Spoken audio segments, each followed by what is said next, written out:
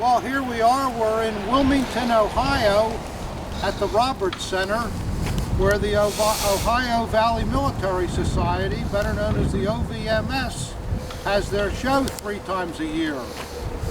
This location is about 50 miles between Cincinnati and Ohio, right in the center in Columbus.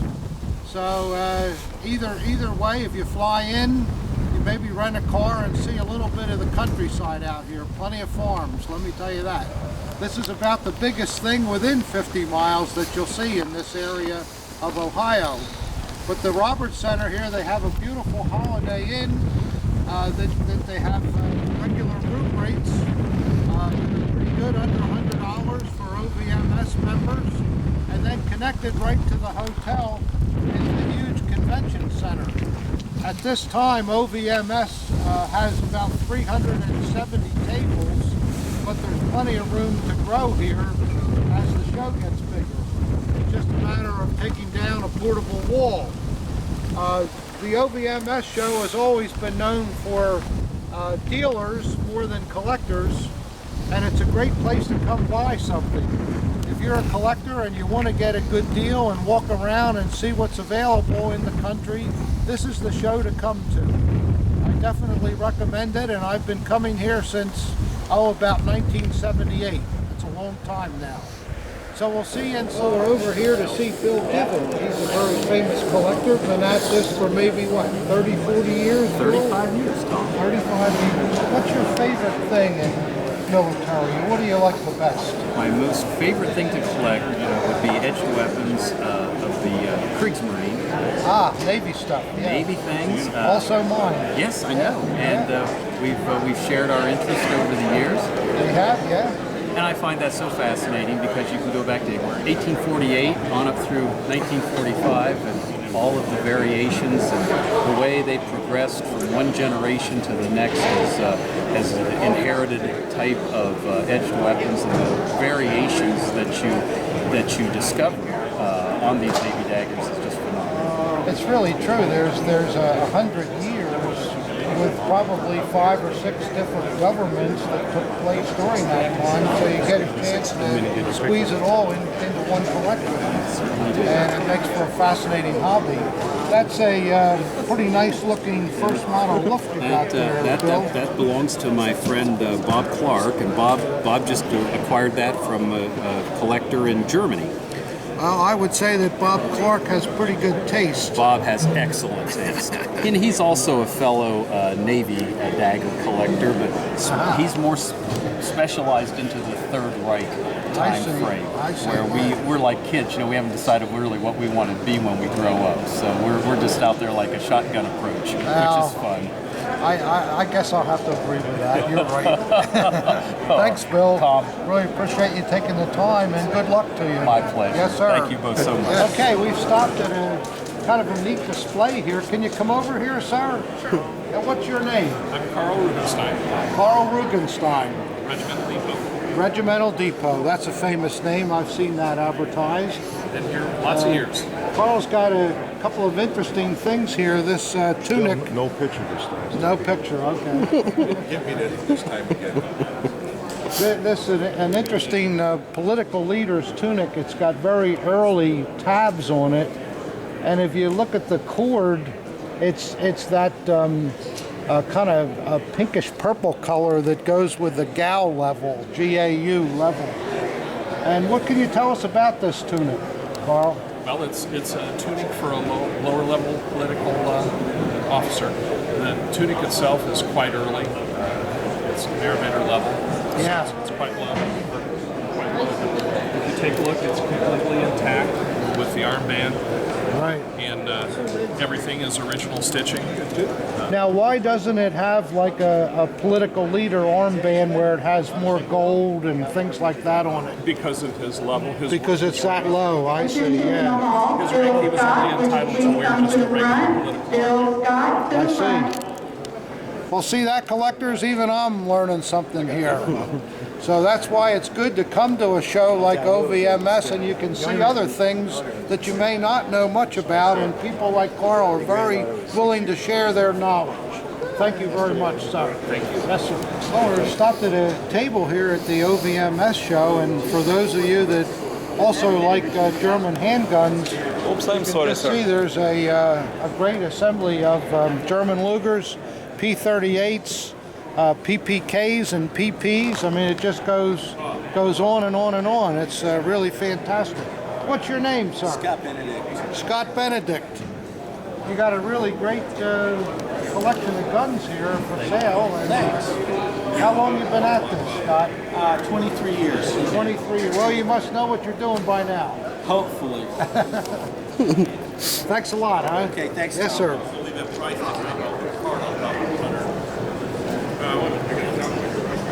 That's pretty impressive.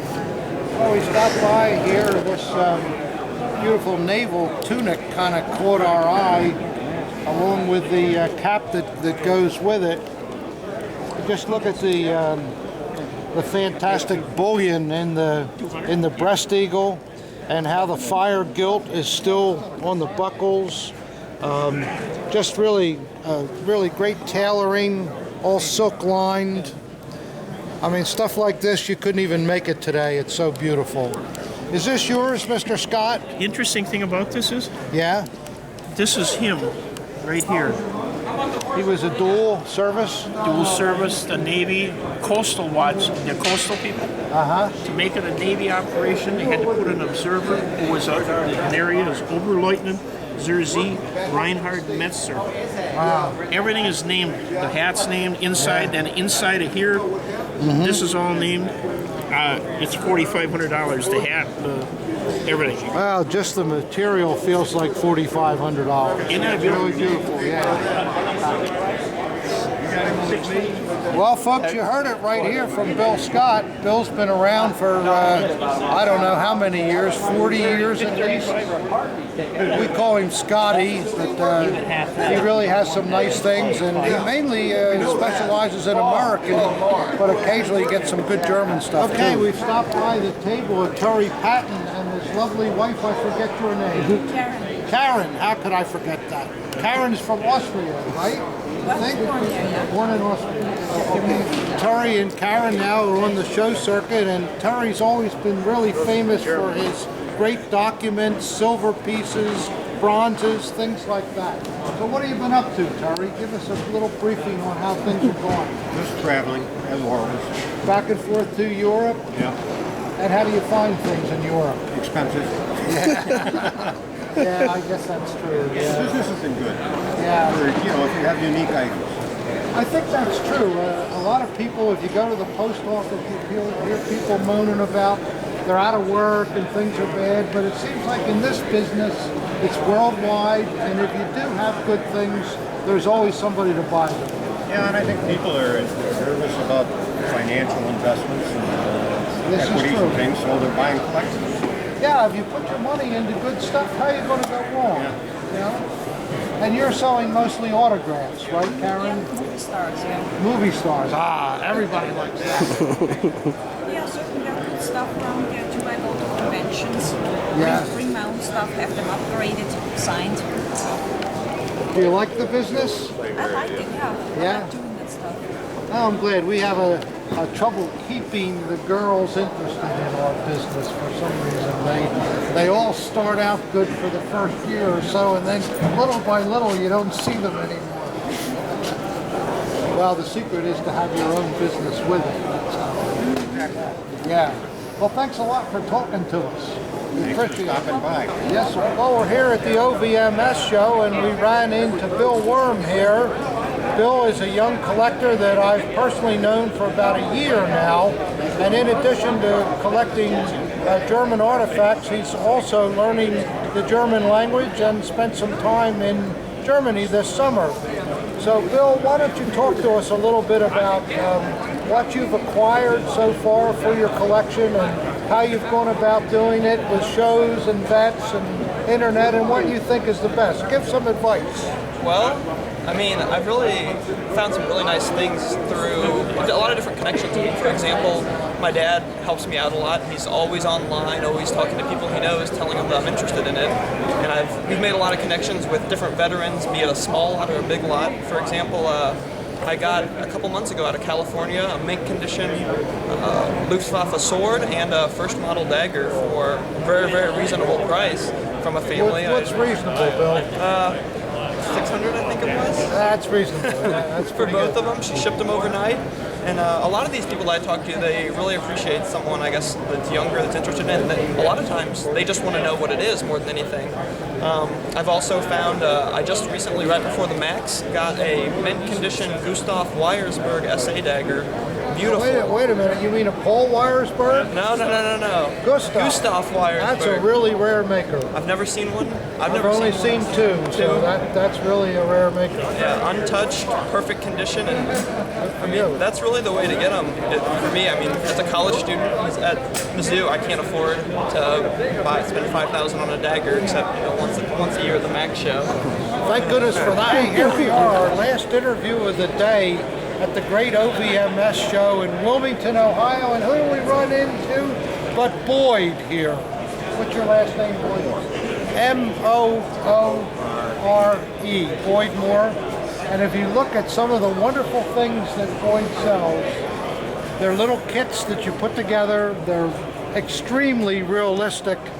And tell us about what's going on here, Boyd. Well, this is Nurembergplatz in Nuremberg. This is where they had a lot of the Nazi party rallies prior to the start of World War II. And here we've got the new sculpting of Hermann Goering, Sepp Dietrich, Traudel. Here's the new Führer figure.